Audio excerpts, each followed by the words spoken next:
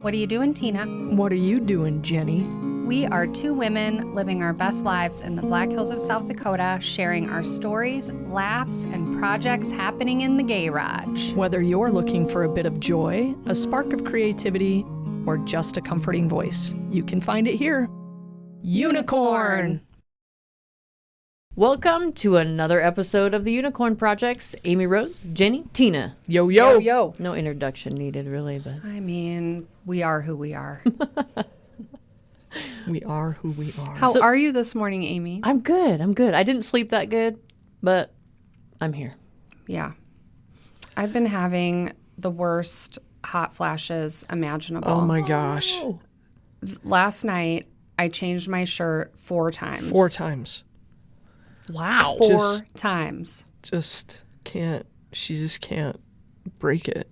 And that's been the norm for the last couple of weeks, 3 to 4 times a night. She's up. Menopause covers on, is a, covers off, covers on, covers off. Menopause is a fiery experience, for sure. You should try sleeping with an ice pack.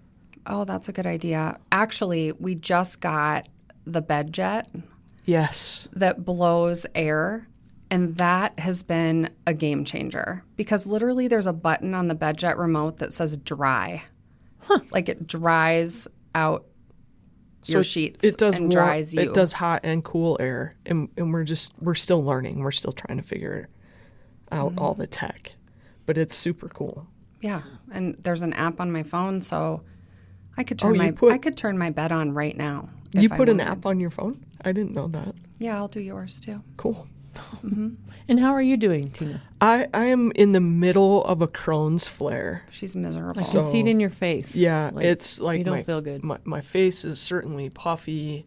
Your eyes. My joints, my eyes, my joints hurt. Unfortunately, I haven't had a bowel movement in 2 days, 3 days, whatever it's been. We talk about everything here. Yeah. I'm on that side of Crohn's. I'm so sorry. So it's okay. This happens, She ends up just feeling toxic, just like poison. Need to sort pound of. water, and this too shall pass. Yeah. Maybe we should go for a walk today. Maybe. Can you take laxatives like somebody without Crohn's can? Yeah. So for me, the best thing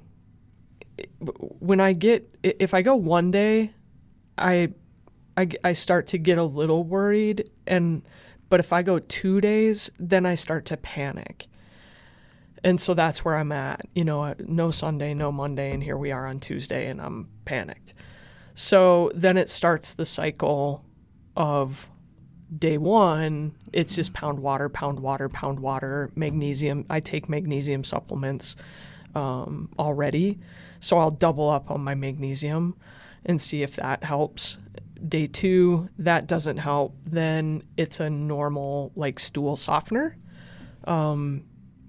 Day 3, if that doesn't help, then we have to go down the milk of mag or... Okay, because my cousin is a nurse, and she has a concoction that will cure anybody. Oh, from is it like the constipation. butter prune juice? No, it is 1 cup warm prune juice and then a small dose of milk of magnesia. No. Yeah. And then you drink it. I've done that to her before. Jenny's done the prune juice and butter thing, and it just Butter, right though. now it makes me prune juice, butter, milk of mag. my mouth Yeah. is watering, and not for the right reason. No. So milk of mag is usually if I get a dose of that on board, by midday I'll be okay. It just makes you feel yucky, so Yeah, it'll be it just does. kind of a grind kind of day today. Yeah. I'm Just- so sorry you're not Yeah, feeling it's well. okay. There are so many things that they're far worse than having a Crohn's flare. So Yeah. So we were sitting here trying to find a mailbag to play, and there's just so many. yeah, So I think we need to let everybody know that you guys are reading those, and we can't play them all. yeah. We have the voicemail that people call and leave voicemails, and it's on the podcast. Those are the easiest to transition in. But those of you that leave DMs on any of the social channels, whether it's TikTok, Instagram, Facebook, whatever it is, or send us direct emails, those get read. We get to them, and sometimes people that pose questions kind of get pushed down the list versus those that make comments and I don't want people to think that your message isn't important or that we don't try to get to them, but there are hundreds in there. And it's like I just this morning when I was looking for a mailbag responded to somebody that had a question from early September. And I'm sorry that I'm a month late, but hopefully you get the message. Yeah. A lot of people on healing journeys. Yeah. I think... I mean, aren't we all, though? Like, all the way through life? Yeah, like you... Yeah, basically. That actually brings something up. I know that we had a topic we were going to talk about today, but I'm going to put you on the spot a little bit, and I'm going to pivot. Okay. We recently, you had a client that unfortunately passed away. Right. And no family here.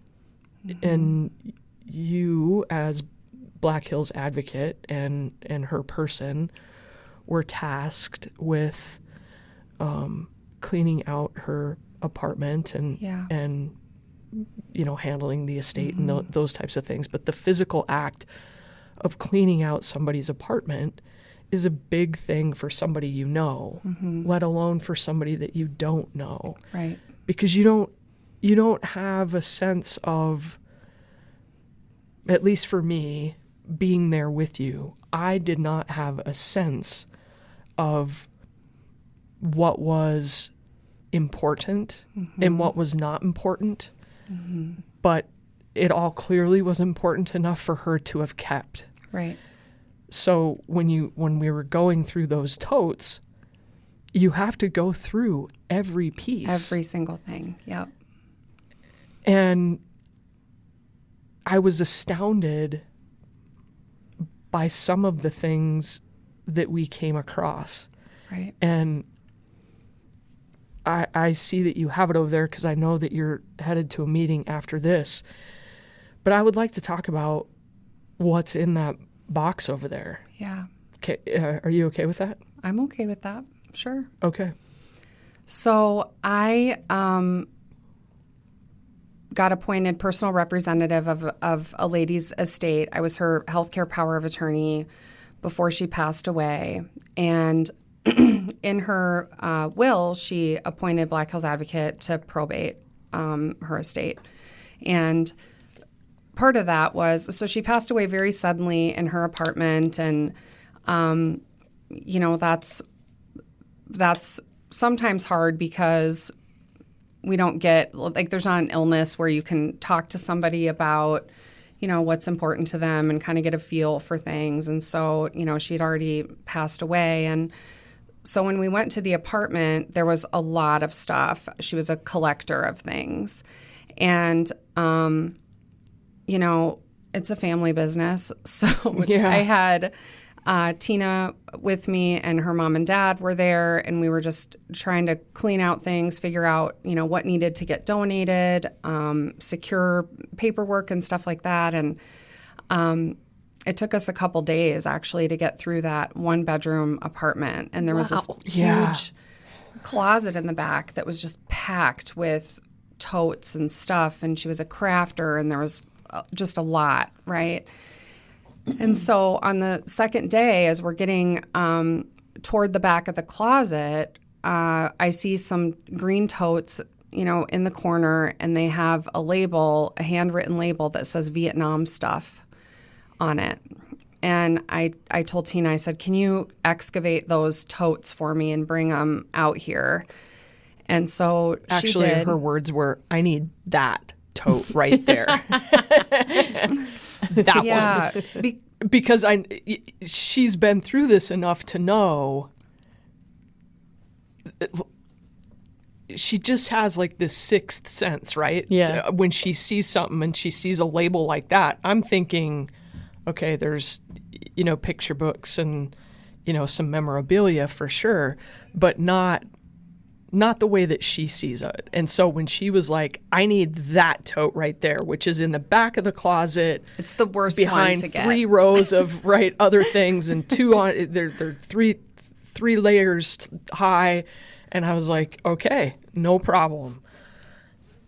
So she excavates the tote for me, and we bring it out into the bedroom adjoining that closet, and I put it on top of a dresser, and I'm standing there with Tina's dad, who is a Vietnam veteran himself. And we open that tote, and the first thing I see is this woman's late husband's uniform, like his perfect wool uniform.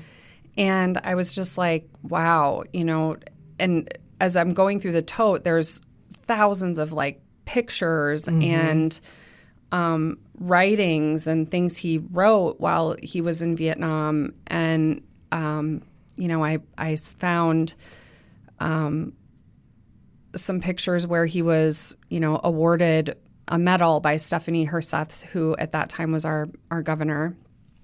And it's an interesting thing to probate in a state where you haven't met, because I had met her, but her husband had passed away in 2018, so I didn't know him. And it's an interesting thing to get to know someone through their artifacts, through their things, right? Yeah. And I always just try to kind of fall into those experiences and, just say, okay, like what do we have Let's here? honor this, yeah. Yeah, and so we came across this box right here. Just a box.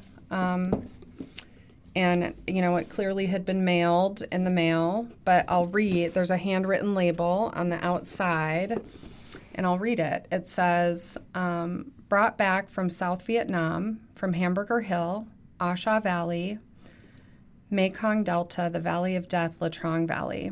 And actually this label, I think it's referring to two different battles, but inside this box. And so I get the box out and I see brought back from South Vietnam. I'm standing there with Tina's dad, and I said, I think you should open it. And he said, well, what's inside? And I said, I don't know, but I think you're the right person to open the box. And so he opened the box, and yeah, you want to do it? And we both immediately were overcome with emotion, because inside the box is this battle flag. And I want to be really careful with it and not let it touch the ground. But here's the flag. And it's, it's been through some things. Like there's burn marks, there's bullet holes, it's shredded. And also in his stuff, there's actually a picture of this flag planted on top of Hamburger Hill. Oh my gosh. And Hamburger Hill, it was called Hamburger. So of course you got it?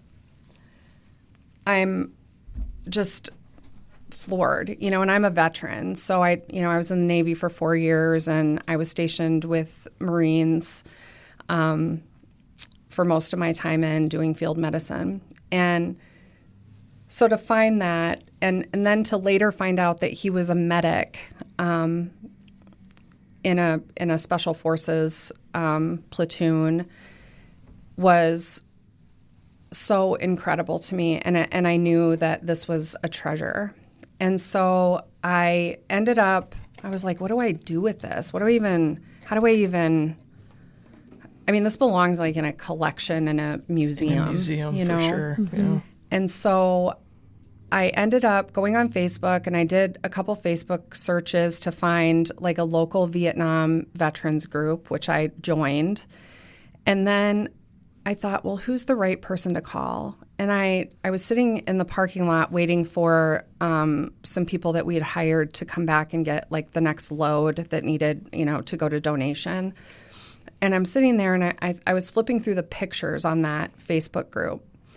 And there was one guy's name that was like at the top of every event poster, like, call this guy for more information, call him to register to, he's pretty active. So I called the number, and I introduced myself and explained who I was and what I was doing. And I said, I have some things here.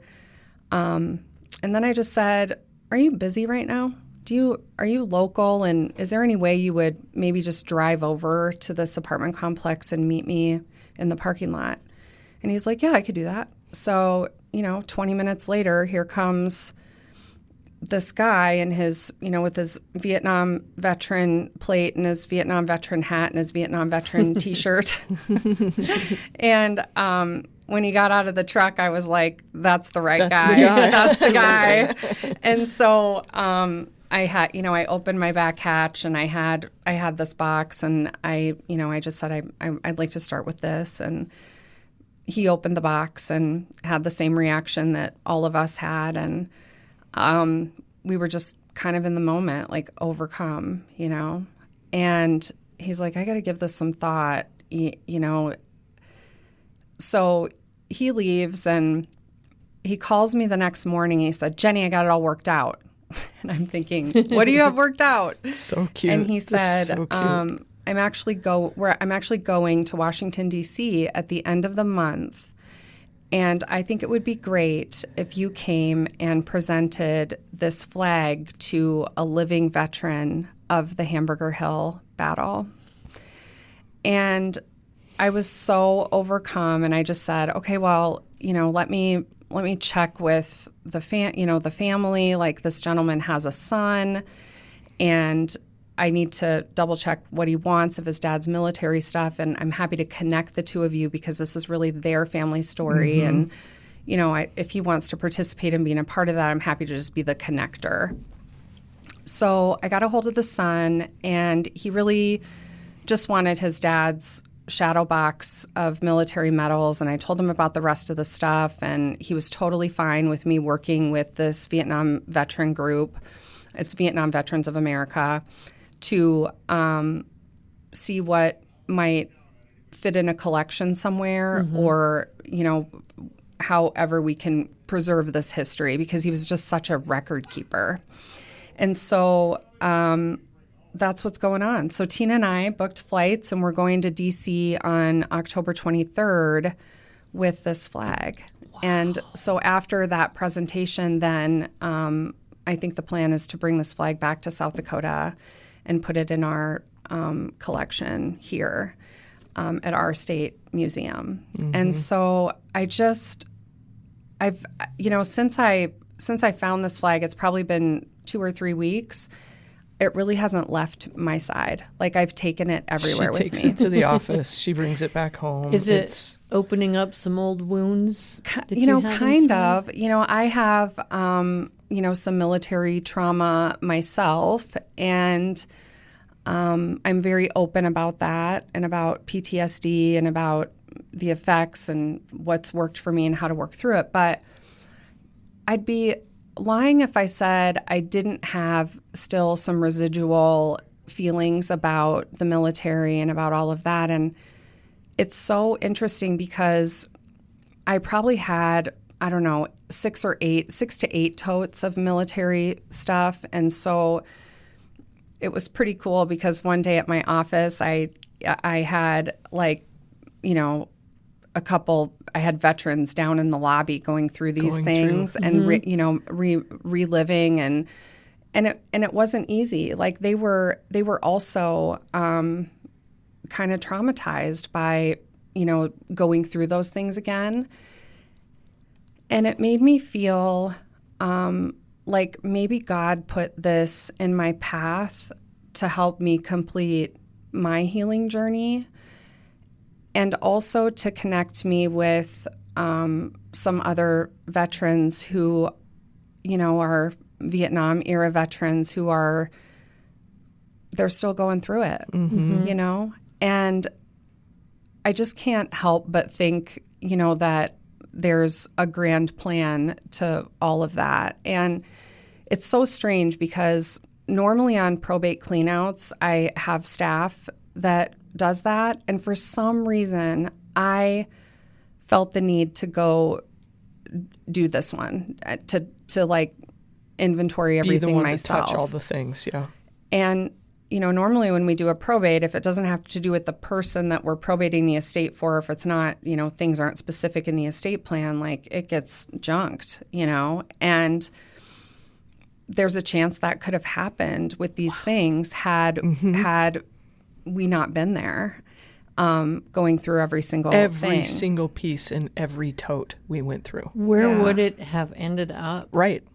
It might have ended up in the dump. In a landfill, you know? And especially in such an unmarked, you know, this is a printer paper, like a resume paper box. Mm-hmm.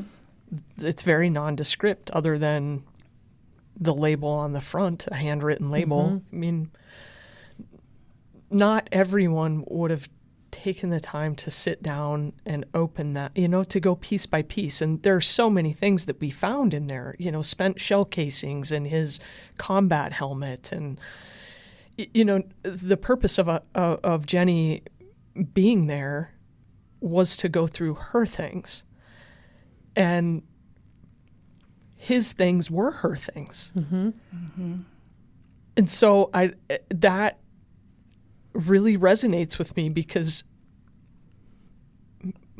my things are going to be her things and her things are going to be my things. Mm-hmm. And I think it's important to just acknowledge something that is meaningful to somebody else might not be meaningful to you. You know, things that she kept that any other day I would look at and go, what the heck did she keep this for? Like, why would you keep this? But she kept it for a reason. And we will never know what that reason is. But I think I do. Yeah. Well, I think that, you know, I ended up meeting someone, another Vietnam veteran through this experience who knew this guy. Mm. And, you know, he shared with me that it really fucked with him is what he said. You know, those were his words. Yeah. You know, because how could it not? And the reason it was called Hamburger Hill is because it was a meat grinder. Like it was a 10-day very bloody battle with lots of casualties. Like the Viet Cong were very dug into this particular hill. And it was described as a buzzsaw and a meat grinder, which is why they ended up calling it Hamburger Hill. Hamburger Hill. We had no chance. We had no chance. Well, we ended up winning, right? We ended up taking the hill after 10 days. But after 10 days. Yeah. And, you know, those, I just, it's strange to come across these things because when I interact with them and touch them, it's almost like I can almost feel it. I can feel, you know, I can look at that flag and say, that's blood and napalm and, you know, it's shot and people I just died next to it. Yeah, tattered and like they died for it. Mm-hmm. Yes. Yeah. And, you know, I didn't ever serve in the military. That was not my path. My dad, knowing that he served in Vietnam, you know, I have had questions as a kid or school project or, you know, just curiosity, general curiosity, trying to talk about those things. And he's pretty buttoned up, as are, I have found, a lot of Vietnam vets. But Jenny has found a way to connect with him that's given him the freedom and the space to share what he wants for whatever that reason is, but it's something that only they share. He has only ever talked to her about it. And that is such a glorious thing for me to know that my wife has a connection with my dad that no one else has. Mm-hmm. And what a cool, that in and of itself is such a cool story. Yeah.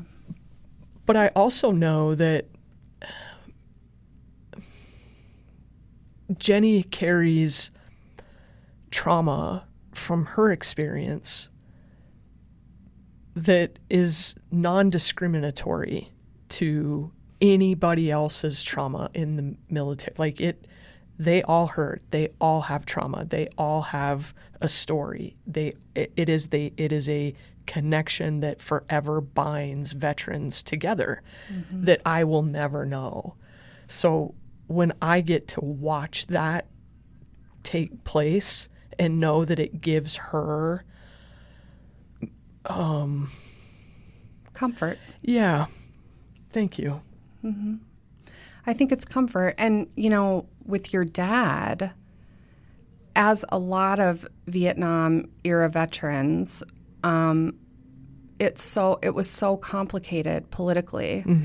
And a lot of Vietnam era veterans came back and didn't save anything. They didn't want any of their military things. They didn't keep. It was because they were coming home to like an ungrateful nation, right? And so to have an experience where someone did save it all, I just am in awe of that, and I feel so blessed to have been the one to uncover this and to be able to share it with other people. And, looking at that flag, if that doesn't ignite a feeling of patriotism inside of you, because this flag to me is a representation of what we fight for. Yeah. Our freedoms and our liberty and all of that. The ultimate act. And Jenny, just think about all the troops around the country that were at Hamburger Hill. And this ended up here in Rapid City, South Dakota, in your hands. Yeah. That is meant to be. Yeah, this is a story that likely wouldn't have otherwise been uncovered and told. And Jenny is such a good storyteller, especially for that subset of people.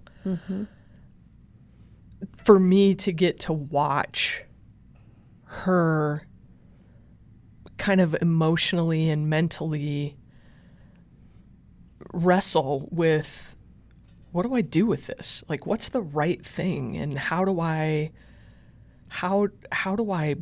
honor this? How do I tell this story and unfold this? To watch that progression of the first phone call to that veteran, and then have her come home a couple of days later and say there were 3 or 4 more other veterans that guy called to come down to Jenny's office, and they're downstairs and she's upstairs working, and they're all downstairs giggling and laughing. And then there are these intense moments of silence and storytelling, and all of these gentlemen that get to purge.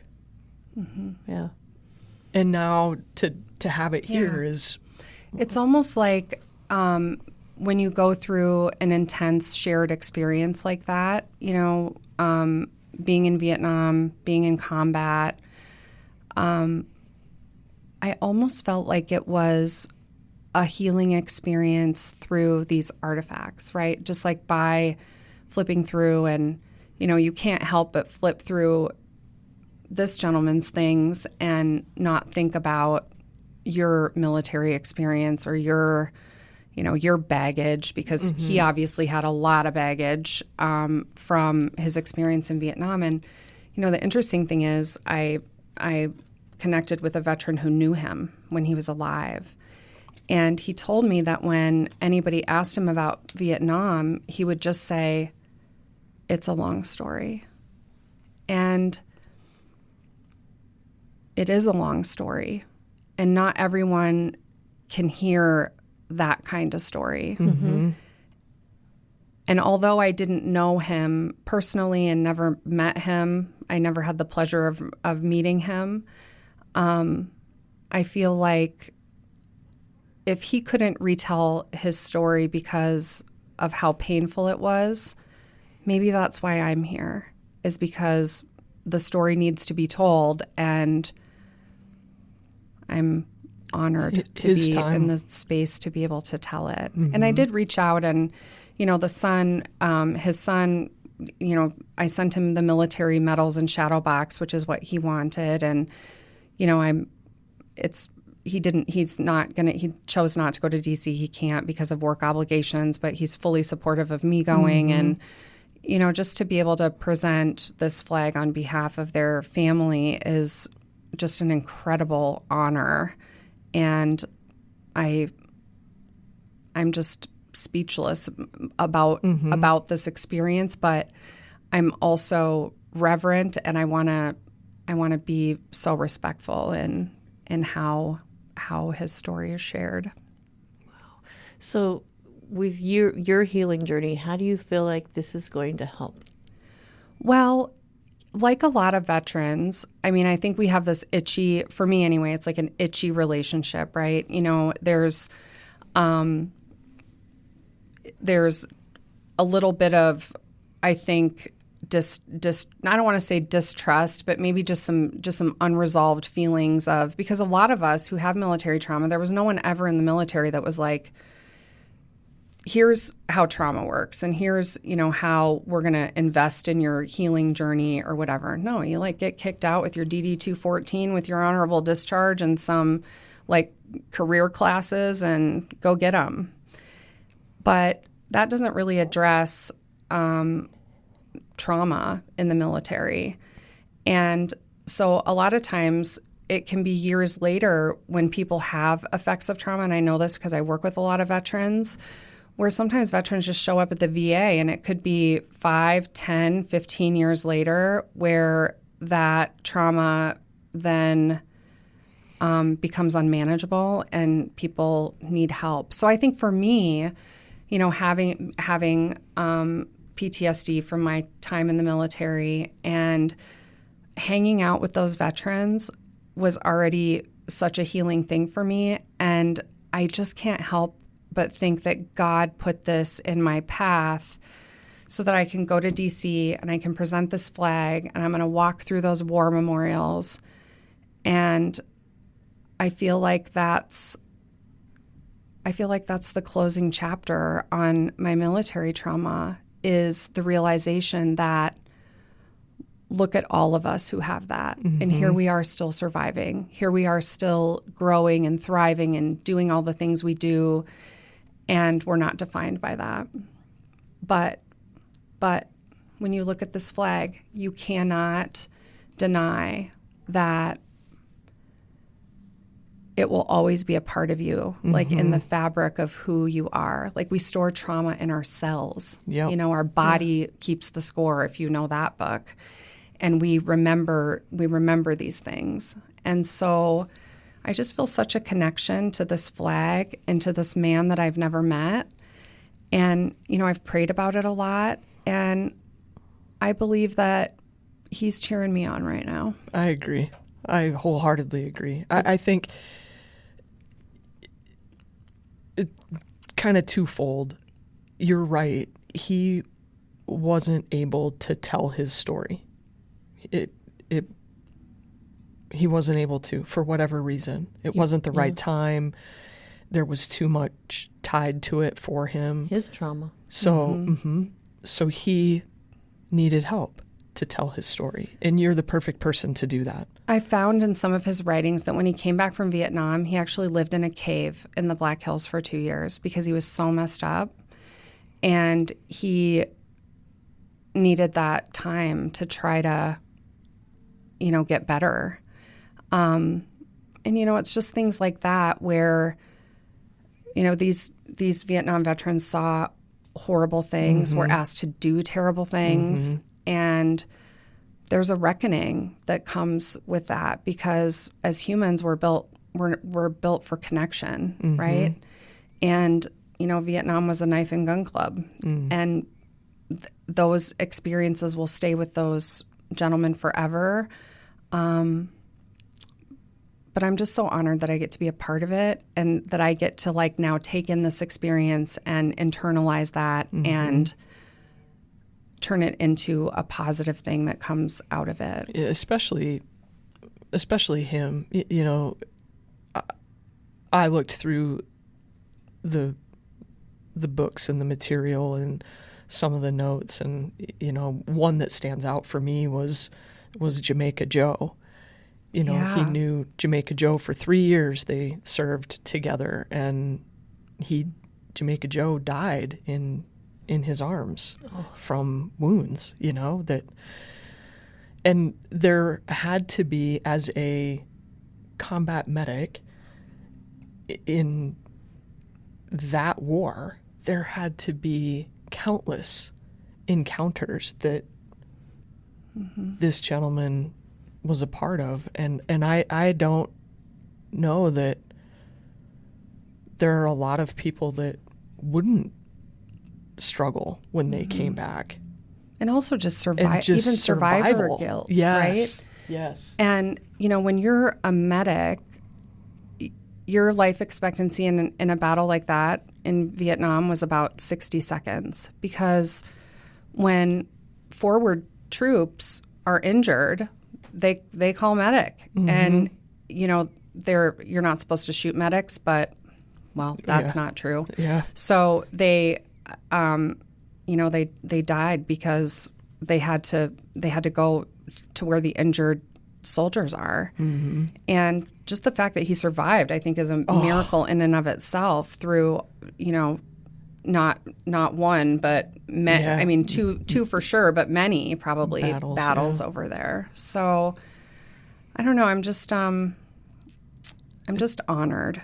It's just more than anything. And I want to treat this experience with the reverence and the respect that it deserves. And I hope I can do a good job. You are. You're doing an amazing job. I think it's just a reminder for everybody out there. We all have a story, and they all deserve to be told.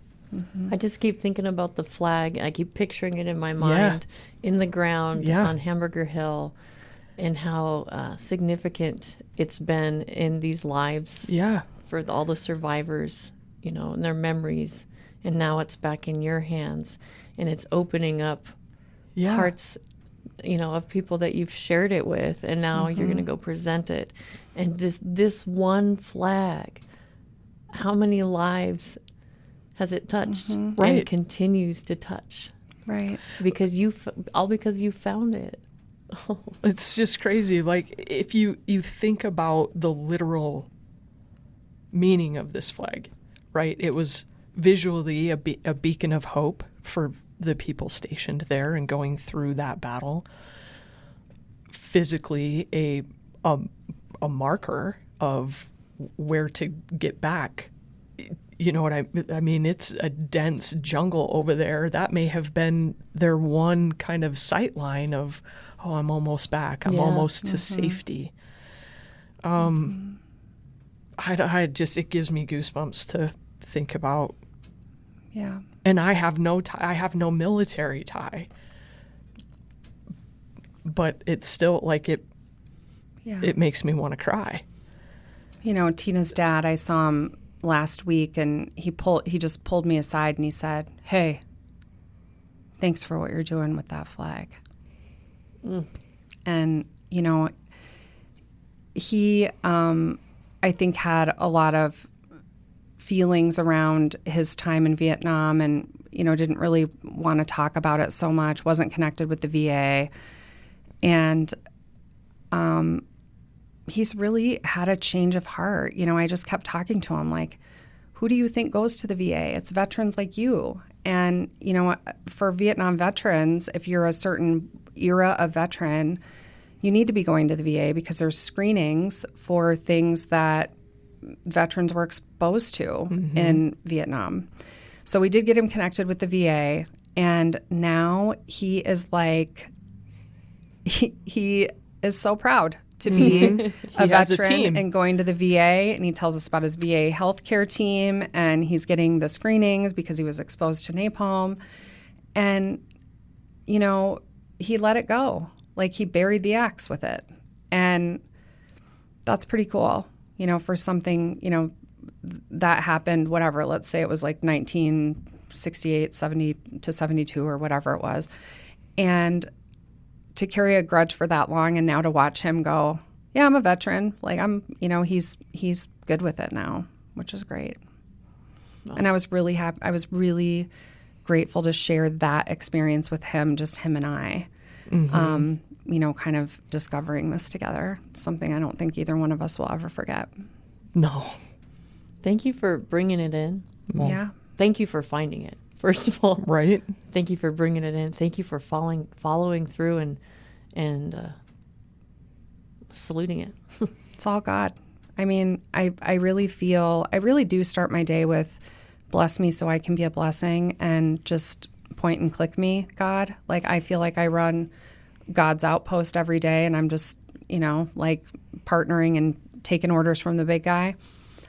And I think that's what happened here. I think I was just meant to be there and meant to find these things, because I recognize how incredible they are, and I am in awe of his sacrifice to serve his country, and also to care enough about it to keep everything that he did. I think that's impactful.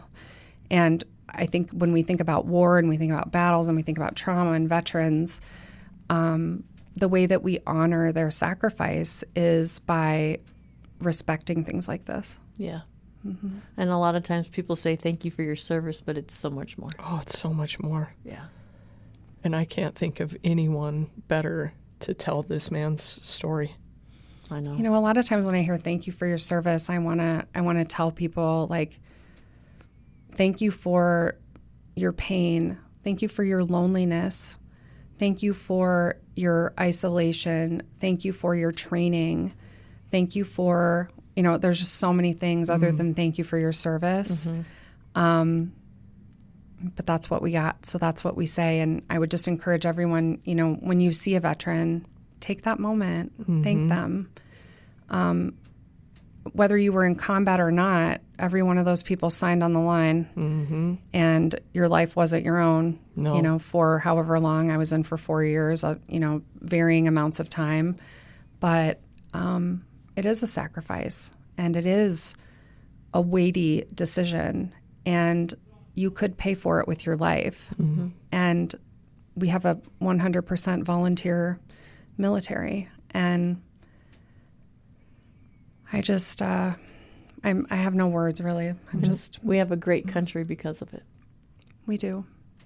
Our freedom. Yeah. Yeah. Incredible. America. And Veterans Day's coming up. Yeah. So this is all meant to be. Wow. I didn't even think of that, Amy. You're right. Yeah. Veterans Day's coming up. Yeah. So. Pretty amazing.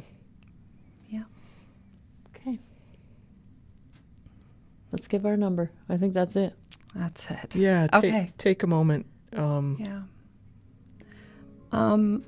Our phone number, if you want to call and leave us a voicemail, is 844-605-5433, or you can email us at info@theunicornprojects.com. Okay. Amen. All right. Amen. God bless America. God bless America. Unicorn. Thank you for tuning in to the Unicorn Projects, hosted by Amy Rose with Jenny and Tina. Music by Caroline Kilty. Produced by Russ Haddon. Engineered by Chris Jaquez. It's the Unicorn Projects on the Home Slice Audio Network.